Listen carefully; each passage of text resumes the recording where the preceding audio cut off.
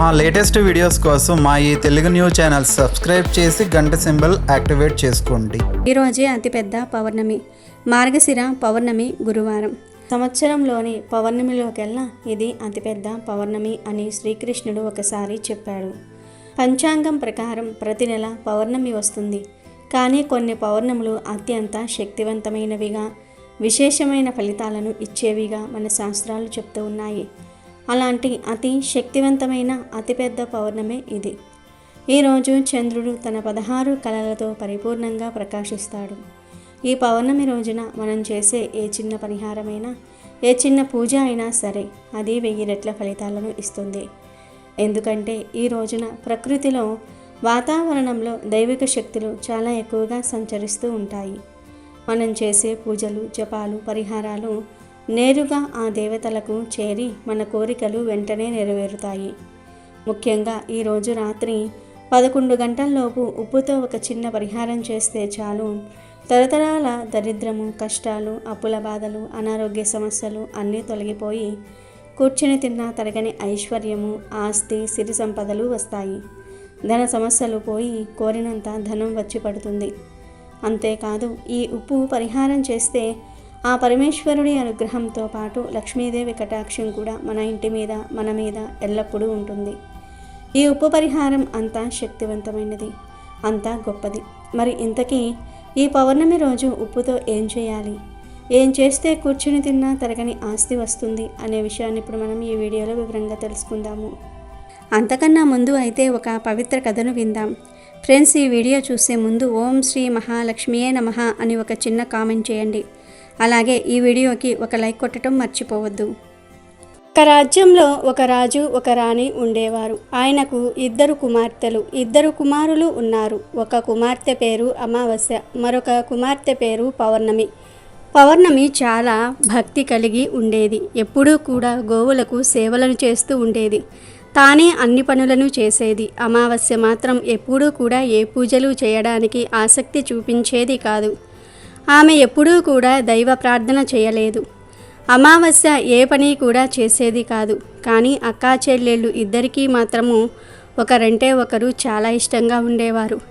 కానీ పూర్ణిమ అంటే రాజుకు, రాణికి అంత ఇష్టం ఉండేది కాదు. వారిద్దరూ కూడా అమావాస్యని ఎక్కువగా ప్రేమగా చూసేవారు. తన కొడుకులిద్దరినీ కూడా ప్రేమగా చూసుకునేవారు. తన కొడుకుల విషయంలోనే ఎక్కువ శ్రద్ధను తీసుకుంటూ ఉండేవారు. కాలం గడిచే కొద్దీ రాజుగారి పిల్లలు పెరిగి పెద్దయ్యారు. రాజదంపతులు, రాజకుమారులు ఇద్దరికీ కూడా వివాహాన్ని చేశాడు. కుమార్తెలకు కూడా వివాహం చేయాలని నిర్ణయించుకున్నాడు. అప్పుడు రాణి రాజుతో ఇలా చెప్తుంది, చూడండి, పూర్ణిమ ఎప్పుడూ కూడా ఎక్కువగా పనిచేయడానికి ఇష్టపడుతుంది. గోసేవ చేయడానికి ఇష్టపడుతుంది. భజనలు, కీర్తనలు అంటూ ఉంటుంది. అందువలన ఆమెకు ఎవరైనా పేదింటి అబ్బాయిని చూసి పెళ్లి చేయమని చెప్తుంది. ఎందుకంటే ధనవంతుల కుటుంబంలోనికి వెళ్ళినట్లయితే ఇవన్నీ చేయడానికి కుదరదు. కాబట్టి మనం పౌర్ణమిని పేద ఇంటికి పంపిద్దాం అంటుంది. దానికి రాజు కూడా సరే అని చెప్పి సంబంధాలు వెతకటం మొదలుపెట్టాడు. చివరికి రాజు పూర్ణిమకు ఒక పేదింటి అబ్బాయితో వివాహాన్ని ఖాయం చేశాడు. ఇక ఇప్పుడు రాణి ఇలా అంటుంది, మహారాజా, అమావాస్యకు కూడా మనము వివాహాన్ని చేద్దాము. అక్కా చెల్లెళ్ళు ఇద్దరికీ కలిపి పెళ్లి చేయండి అని చెప్పింది.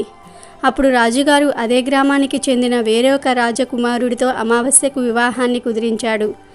రాజు రాణికి అమావాస్యకు రాజకుమారుడితో వివాహం కుదిరిందని చెప్పగానే చాలా సంతోషించి, అప్పుడు ఆమె మనసులో ఎలా అనుకుంటుంది, పేద ఇంట్లో పూర్ణిమ ఎలా ఉంటుందో ఇప్పుడు చూస్తాను. ఆమె ఎప్పుడూ పూజలు పూజలు అంటూ ఉంటుంది. ఆమెకు దేవుడు ఎలా సహాయం చేస్తాడో చూద్దాము అని అనుకుంటుంది. సమయం రాగానే రాజుగారు తన 2 కుమార్తెలకు కూడా వివాహాన్ని చేశాడు. అమావాస్యకు చాలా సంపదను కూడా ఇచ్చాడు. కానీ పూర్ణిమకు మాత్రము ఏమీ ఇవ్వలేదు. వారి సోదరులు అమావాస్యను మరియు పూర్ణిమను చాలా ప్రేమగా చూసుకుంటూ ఉండేవారు. కానీ అమావాస్య మాత్రము వదినగార్లపై ఎప్పుడూ కూడా పెత్తనాన్ని చలాయిస్తూ ఉండేది. పౌర్ణమి మాత్రం ప్రతి పనిలోనూ కూడా వాళ్లకు సహాయాన్ని చేస్తూ ఉండేది. పెళ్ళయ్యాక అమావాస్య, పూర్ణిమ ఇద్దరూ కూడా తమ అత్తగారింటికి వెళ్ళిపోయారు. ఒకసారి అమావాస్య తమ ఇంట్లో శివ పూజను ఏర్పాటు చేసుకుంది. ఆ పూజకు ఊర్లో అందరినీ పిలిచింది. కానీ తన సోదరి పౌర్ణమిని మాత్రం పిలవలేదు. పౌర్ణమి తన ఇంటి గుమ్మం దగ్గరే కూర్చుని ఉంది.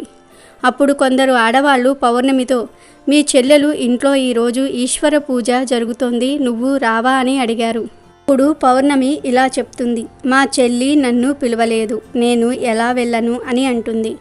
అప్పుడు ఆ మహిళలు, దైవ పూజ జరుగుతున్నప్పుడు ఎవరూ పిలవాలని ఏమీ లేదు, ఎవరైనా సరే వెళ్ళవచ్చు, అందువలన నువ్వు కూడా మాతో రమ్మని పిలిచారు. దాంతో పౌర్ణమి ఆ పూజకు వెళ్ళింది. అమావాస్య పౌర్ణమిని చూసి, నేను నిన్ను పిలవలేదు కదా, నా ఇంటికి ఎందుకు వచ్చావు అని కోపంగా అడుగుతుంది. వస్తే వచ్చావు కానీ నిశ్శబ్దంగా ఒక చోట కూర్చుని ఉండు, అటూ ఇటూ తిరగకు అని చెప్పింది.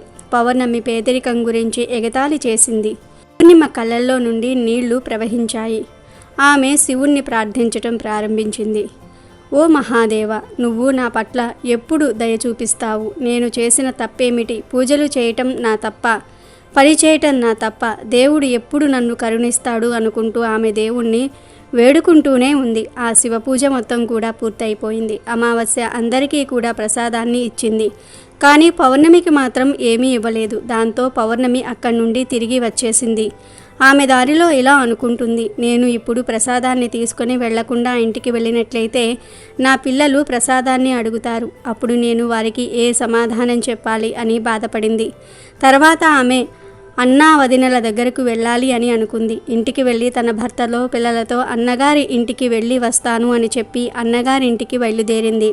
పౌర్ణమి అలా నడుచుకుంటూ వెళ్తూ ఉండగా దారిలో ఒక తులసి చెట్టు కనిపించింది. అక్కడ ఒక వృద్ధురాలు కూర్చుని ఉంది. ఆ ముసలి ఆవిడ పౌర్ణమిని ఆపి, అమ్మ, నువ్వు ఎవరు, ఎక్కడికి వెళ్తున్నావు అని అడిగింది. ఆమె అడిగిన ప్రశ్నలకు పూర్ణిమ తన గురించి ఇలా వివరణ ఇచ్చింది. తనను తను పరిచయం చేసుకుంది. అప్పుడు ఆ ముసలి తల్లి ఇలా అంటుంది, అమ్మా చూడు, ఈ తులసి మొక్క ఎండిపోతుంది, అందులో కొద్దిగా నీటిని పొయ్యమని చెప్పి ఇక్కడ ప్రదేశాన్ని అంతా కూడా శుభ్రం చేయమని చెప్పింది.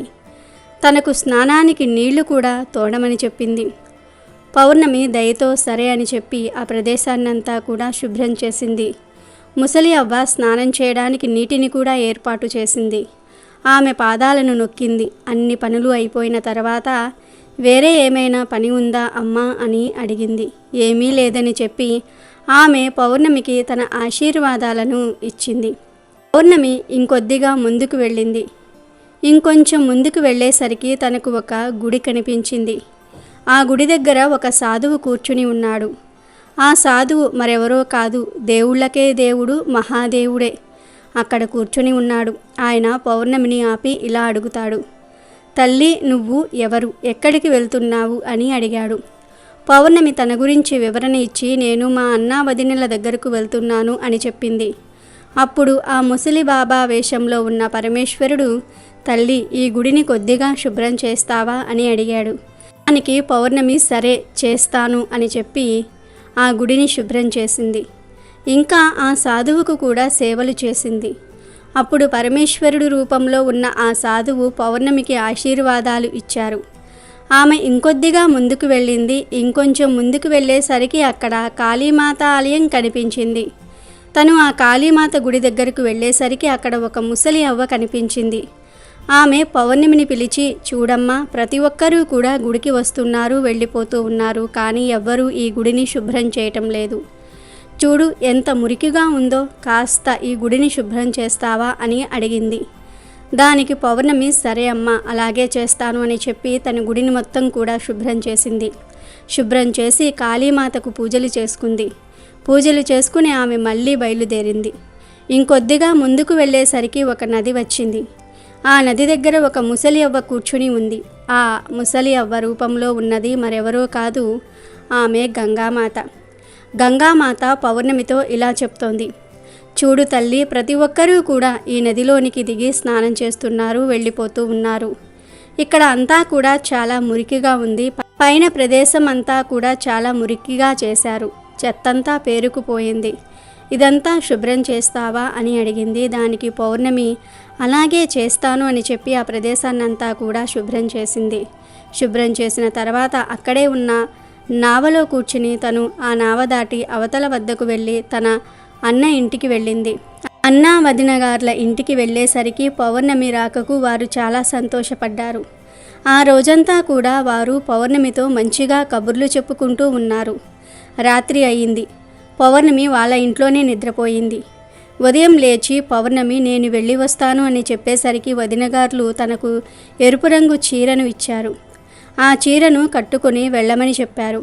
సరే అని చెప్పి పౌర్ణమి ఆ చీరను కట్టుకుంది. అక్కడ నుండి బయలుదేరుతూ ఉంటే వదినగారులిద్దరూ కూడా ఒక సంచిని తనకు ఇచ్చారు. ఆ సంచిని తీసుకుని వెళ్ళమని చెప్పారు. ఆమె సంచిని తీసుకుని బయలుదేరింది. మళ్ళీ అదే నావ ఎక్కి మళ్ళీ యువతల గట్టుకు వచ్చింది. వచ్చి అక్కడ గంగామాత కూర్చుని ఉంది కదా, గంగామాత కూడా పౌర్ణమికి ఒక సంచిని ఇచ్చింది. తను ఆ రెండవ సంచిని కూడా తీసుకుంది. పౌర్ణమి ఇంకొద్దిగా ముందుకు వచ్చేసరికి కాళీమాత ఆలయం కనిపించింది.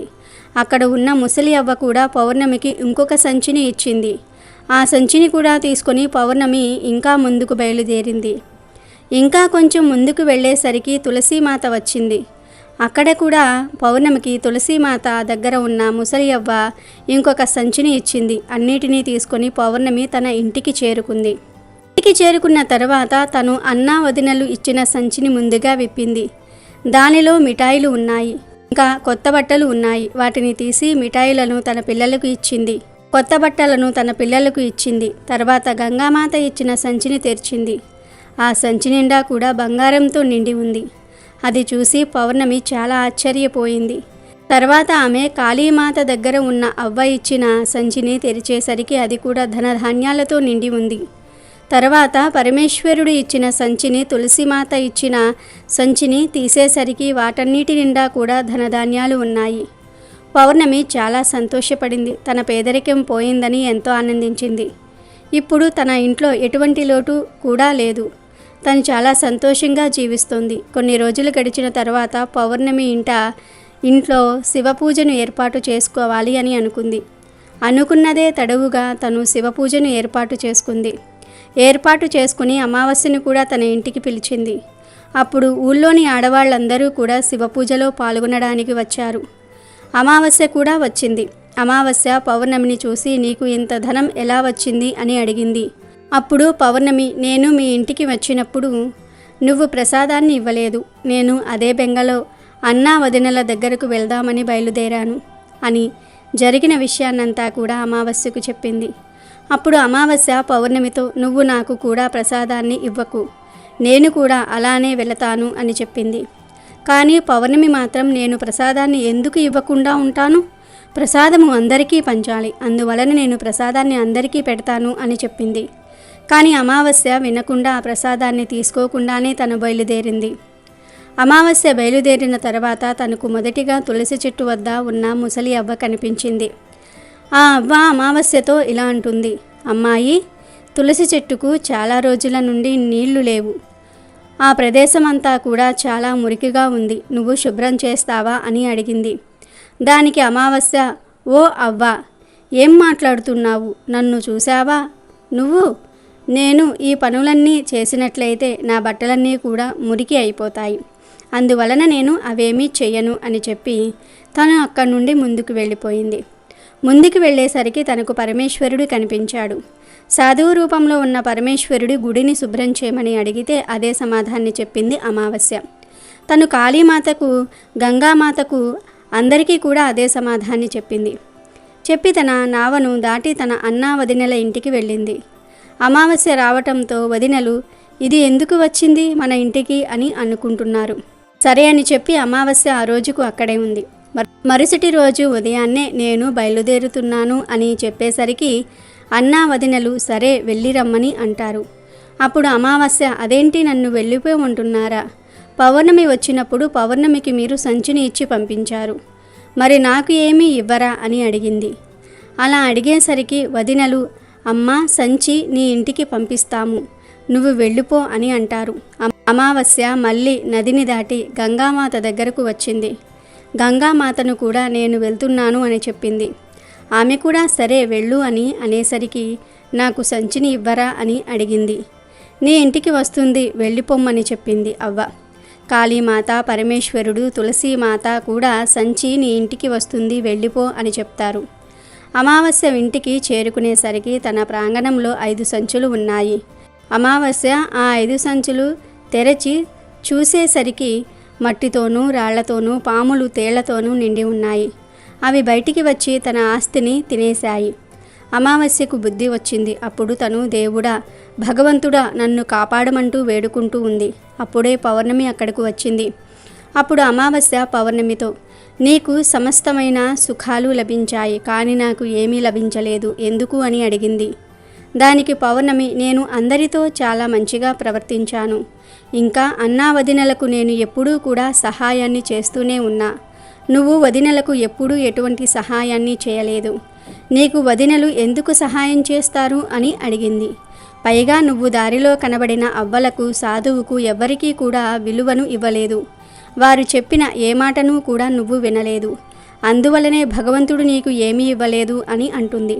అప్పుడు అమావాస్య పౌర్ణమిని క్షమించమని అడిగింది. ఇదంతా కూడా తెలిసి తెలియకుండానే జరిగిపోయింది అని చెప్పింది. నేను కూడా భగవంతుణ్ణి ప్రార్థించి వీటన్నిటినీ పొందుతాను అని చెప్పింది. అప్పుడు పూర్ణిమ ఇలా అంటుంది, చెల్లి, నువ్వు ఎప్పుడూ కూడా ఈ 3 సూత్రాలను గుర్తుపెట్టుకో. ఈ సూత్రము అందరిపైన కూడా దయ కలిగి ఉండాలి. ప్రతిరోజు కూడా 108 సార్లు ఓం నమఃశివాయ అనే మంత్రాన్ని జపిస్తూనే ఉండు. 3వ సూత్రంగా ఎప్పుడూ ఎవరినీ కూడా బాధ పెట్టకూడదు. మంచి కర్మలనే చేస్తూ ఉండాలి. ఈ 3 సూత్రాలను ఎప్పుడూ కూడా పాటిస్తూ ఉండాలి. వాటిని ఎప్పుడూ కూడా మనసులో ఉంచుకోవాలి. నేను మంచి మనస్సుతో భగవంతుణ్ణి ప్రార్థించాను. అందరికీ కూడా సహాయాన్ని చేశాను. అందరి పనులను చేశాను. అందువలనే నాకు అన్నీ లభించాయి.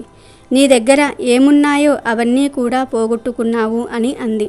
అప్పుడు అమావాస్య బుద్ధి తెచ్చుకొని ఇంటికి వెళ్ళింది. అప్పటి నుండి ఇంట్లో పూజలు చేయటం ప్రారంభించింది. రోజు పరమేశ్వరుని క్షమాపణ అడగటం మొదలుపెట్టింది. కాబట్టి ఎప్పుడూ కూడా మంచి కర్మలను చేయాలి అనే విషయాన్ని ఈ కథ ద్వారా గ్రహించాలి. ఇక వీడియోలోకి వస్తే, ఈ పరిహారానికి మనం వాడబోయే ముఖ్యమైన వస్తువు ఉప్పు. మన అందరి ఇళ్లలో ఉప్పు ఉంటుంది. ఉప్పు లేనిదే మనకు రోజు గడవదు. వంటల్లో రుచికి వాడే ఉప్పులోనే అద్భుతమైన దైవిక శక్తి దాగి ఉందని మీకు తెలుసా? సాక్షాత్తు ఆ శ్రీ మహాలక్ష్మీదేవి స్వరూపమే ఉప్పు. క్షీరసాగర మదనం జరిగినప్పుడు లక్ష్మీదేవితో పాటు ఉద్భవించిన వాటిల్లో ఉప్పు కూడా ఒకటి. అందుకే ఉప్పును లక్ష్మీదేవి సహోదరిగా భావిస్తారు. ఎక్కడైతే ఉప్పు ఉంటుందో అక్కడ లక్ష్మీదేవి స్థిరంగా ఉంటుంది. ఉప్పుకు ఉన్న గొప్ప గుణం ఏమిటి అంటే, అది తన చుట్టూ ఉన్న ప్రతికూల శక్తిని, అంటే నెగిటివ్ ఎనర్జీని పూర్తిగా గ్రహించేస్తుంది. మన ఇంట్లో ఉండే కంటి దృష్టి, నరదృష్టి, అసూయ, ఈర్ష్య వంటి చెడు శక్తులన్నిటినీ ఉప్పు స్వీకరించి ఆ ప్రదేశాన్ని శుభ్రపరుస్తుంది. అందుకే మన పెద్దలు ఎప్పుడూ ఉప్పును కింద పారేయకూడదు, దాన్ని ఎవరికీ అప్పుగా ఇవ్వకూడదు, చేతికి అందించకూడదు అని చెప్తూ ఉంటారు. ఎందుకంటే ఉప్పును మనం ఎంత గౌరవంగా చూసుకుంటే మన ఇంట్లో లక్ష్మీదేవి అంత స్థిరంగా ఉంటుంది. పౌర్ణమి రోజు దుకాణానికి వెళ్ళి ఒక కొత్త ఉప్పు ప్యాకెట్టు కొనుక్కొని ఇంటికి తీసుకువస్తూ ఉంటే చాలా మంచి శుభ ఫలితాలు కలుగుతూ ఉంటాయి. ప్యాకెట్ ఉప్పు అయినా పర్వాలేదు, గల్లులుప్పు అయితే ఇంకా శ్రేష్టం. అలా ఈ పవిత్రమైన రోజున కొత్త ఉప్పును ఇంటికి తీసుకురావటం అంటే సాక్షాత్తు లక్ష్మీదేవిని మన ఇంటికి ఆహ్వానించడంతో సమానం. ఇలా చేయటం వల్ల ఇంట్లో ధనానికి, ధాన్యానికి ఎటువంటి లోటు ఉండదు. అలాగే ఈ వంటగదిలో ఉప్పు నిల్వ చేసుకునే జాడీని ఎప్పుడూ నిండుగా ఉండేలాగా చూసుకోండి. ఉప్పు జాడీ ఖాళీగా ఉంటే ఆ ఇంట్లో దరిద్రం తాండవిస్తుంది. కాబట్టి ఈరోజు కొన్న కొత్త ఉప్పుతో మీ జాడీని నింపండి. ఇది ఈరోజు మీరు చేయాల్సిన మొదటి పని. ఇలా చేయటం వల్ల మీ ఇంట్లోకి ధనాకర్షణ మొదలవుతుంది. మనం ఉప్పుతో ఈరోజు రాత్రి ఏం చేయాలంటే, ఈ పరిహారం ఈరోజు రాత్రి 6 గంటల నుండి 11 గంటల మధ్యలో ఎప్పుడైనా చేసుకోవచ్చు. ఈ సమయం చాలా శక్తివంతమైనది. ఈ పరిహారానికి కావలసిన వస్తువులు చాలా సులభంగా దొరికేవే, కానీ వాటి ప్రభావం మాత్రం అమోఘమైనవి. ముందుగా ఒక మట్టి పాత్రను తీసుకోండి. మట్టి కుండలో వండిన ఆహారం ఎంత రుచిగా, ఆరోగ్యంగా ఉంటుందో మట్టి పాత్రలో వెలిగించిన దీపానికి కూడా అంతటి శక్తి ఉంటుంది. మట్టి మనకు పంచభూతాలలో ఒకటి. ఇది స్థిరత్వాన్ని సూచిస్తుంది. మీ దగ్గర మట్టి పాత్ర లేకపోతే ఒక చిన్న గాజు గిన్నె లేదా ఏదైనా పింగాణీ గిన్నె అయినా తీసుకోవచ్చు, కానీ స్టీలు, ప్లాస్టిక్ వంటివి వాడకూడదు. ఇప్పుడు మీరు తీసుకున్న ఆ మట్టి పాత్ర లేదా గిన్నెలో నిండుగా గల్లులుప్పు వేయండి. గిన్నె అంచుల వరకు ఉప్పుతో నింపాలి. గుర్తుంచుకోండి, ఈ ఉప్పు సాక్షాత్తు లక్ష్మీదేవి స్వరూపం. ఈ ఉప్పు మన ఇంట్లో ఉన్న, జీవితంలో ఉన్న ఆర్థిక సమస్యలను, ప్రతికూల శక్తులను గ్రహించడానికి సిద్ధంగా ఉంది. ఇప్పుడు ఆ ఉప్పు మీద 5 లవంగాలను, రౌండ్గా పెట్టండి. లవంగాలు మనందరికీ తెలుసు, ఘాటైన సువాసనను కలిగి ఉంటాయి. తాంత్రిక శాస్త్రంలో ధనాకర్షణకు లవంగాలను ఎక్కువగా వాడుతూ ఉంటారు. లవంగాలకు మనసులో ఉన్న కోరికలను నేరుగా నెరవేర్చే శక్తి ఉంటుంది కనుక లవంగాలను తీసుకొని ఆ లవంగాలను ఉప్పు మీద గుండ్రంగా ఒక వలయంలాగా పేర్చండి. ఇది ఒక శక్తి వలయాన్ని నిర్మించటం లాంటిది. ఇది మీ సంపదకు ఒక రక్షణ కవచంలా పనిచేస్తుంది. లవంగాల వలయం మధ్యలో ఉండే ఉప్పు మధ్య భాగంలో కొద్దిగా పసుపు, దాని మీద కొద్దిగా కుంకుమ వేయండి. పసుపు గురుగ్రహానికి, సౌభాగ్యానికి ప్రతీక. కుంకుమ సాక్షాత్తు అమ్మవారి స్వరూపం. పసుపు కుంకుమ లేనిదే ఏ శుభకార్యము జరగదు. ఈ రెండింటిని అక్కడ ఉంచటం ద్వారా మనం ఆ శ్రీ మహాలక్ష్మీదేవిని, సకల దేవతలను ఆవాహన చేసుకున్నాము. ఆ తర్వాత ఈ పసుపు కుంకుమ పైన కొంచెం ఆవాలను కూడా వేయండి. ఒక అరస్పూన్ ఆవాలు వేస్తే చాలు. ఆవాలు చాలా శక్తివంతమైనవి.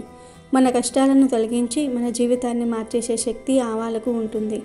ధనాన్ని ఆకర్షించే శక్తి కూడా ఆవాలకు ఉంటుంది కనుక ఆవాలు కూడా వేయండి. ఆ తర్వాత ఒక ఉమ్మెత్తకాయ తీసుకోండి. ఉమ్మెత్త చెట్టు గురించి మీ అందరికీ తెలిసే ఉంటుంది. ఉమ్మెత్త పువ్వులు, కాయలు, ఆకులు అంటే ఆ పరమశివుడికి అత్యంత ప్రీతికరం. శివుడిని అభిషేకించేటప్పుడు, పూజించేటప్పుడు ఉమ్మెత్త పూలను సమర్పిస్తే ఆయన వెంటనే ప్రసన్నుడవుతాడు. ఈ ఉమ్మెత్తకాయకు మన జీవితంలో ఉన్న ఎంతటి తీవ్రమైన కష్టాన్నైనా, గ్రహదోషాలనైనా, శత్రుబాధనైనా తొలగించే శక్తి ఉంది.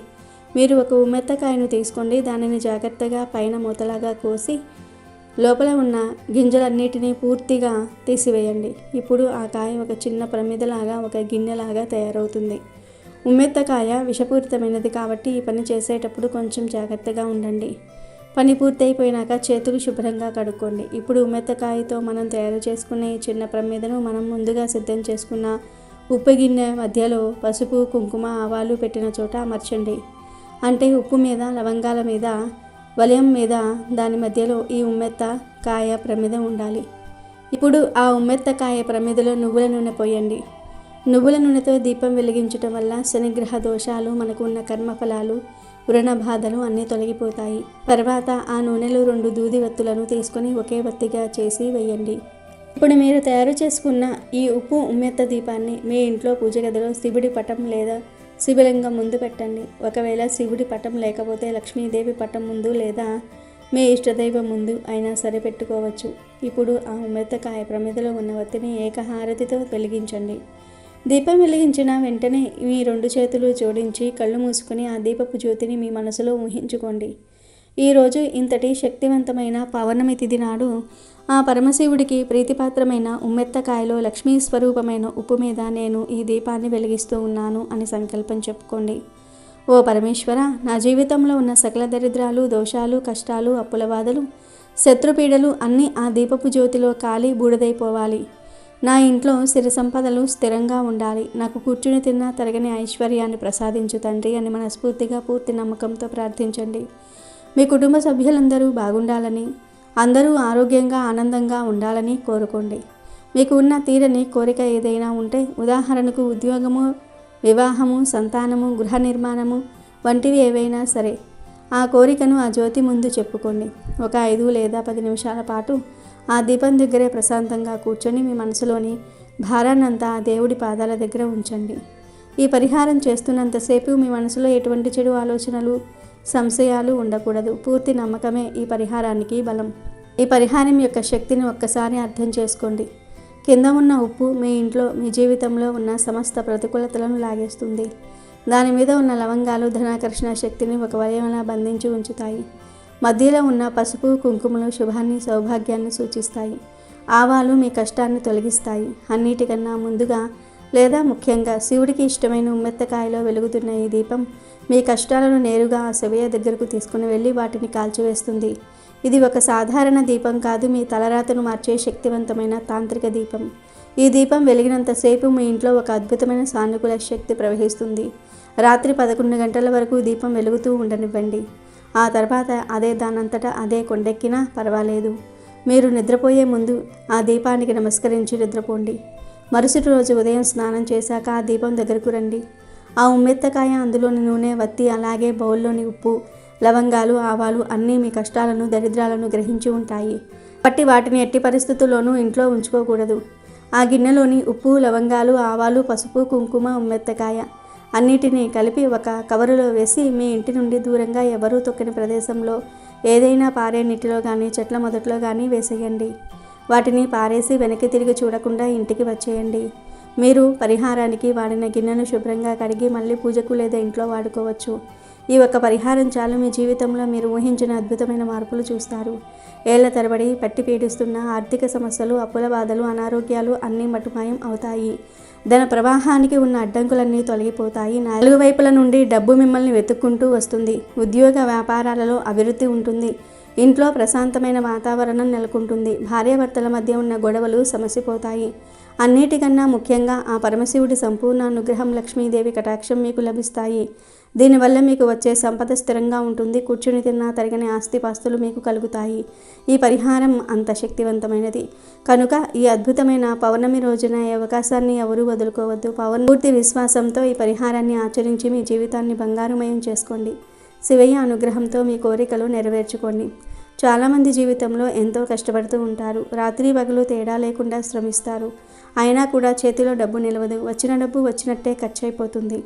అనవసరమైన ఖర్చులు, అనారోగ్య సమస్యలు, అప్పుల బాధలు ఇలా ఏదో ఒక రూపంలో వారిని వేధిస్తూ ఉంటాయి. ఎంత కష్టపడినా చేతిలో డబ్బు అనేది మిగలదు. అలా విపరీతమైన ధన సమస్యలు ఉన్నవారు ఈ పరిహారం చేసుకుంటే అద్భుతమైన ఫలితాలు వస్తాయి. అలాగే అప్పుల బాధలు ఉన్నవారు ఈ ఉప్పు పరిహారం చేసుకుంటే తొందరలోనే ఆ అప్పులన్నీ తీరిపోతాయి. లక్ష్మీదేవి అనుగ్రహం కలుగుతుంది. కూర్చుని తిన్నా తరగని ఆస్తి వస్తుంది. కనుక ప్రతి ఒక్కరూ కూడా ఈ పౌర్ణమి రోజు తప్పనిసరిగా ఉప్పుతో ఈ పరిహారం చేసుకొని శుభ ఫలితాలను పొంది సంతోషంగా జీవించండి. అమెజాన్లో బెస్ట్ డిస్కౌంట్స్ కోసం వీడియో డిస్క్రిప్షన్లో లింకు ఉంది చూడండి. అలాగే మా టెలిగ్రామ్ ఛానల్ సబ్స్క్రైబ్ చేసుకోండి.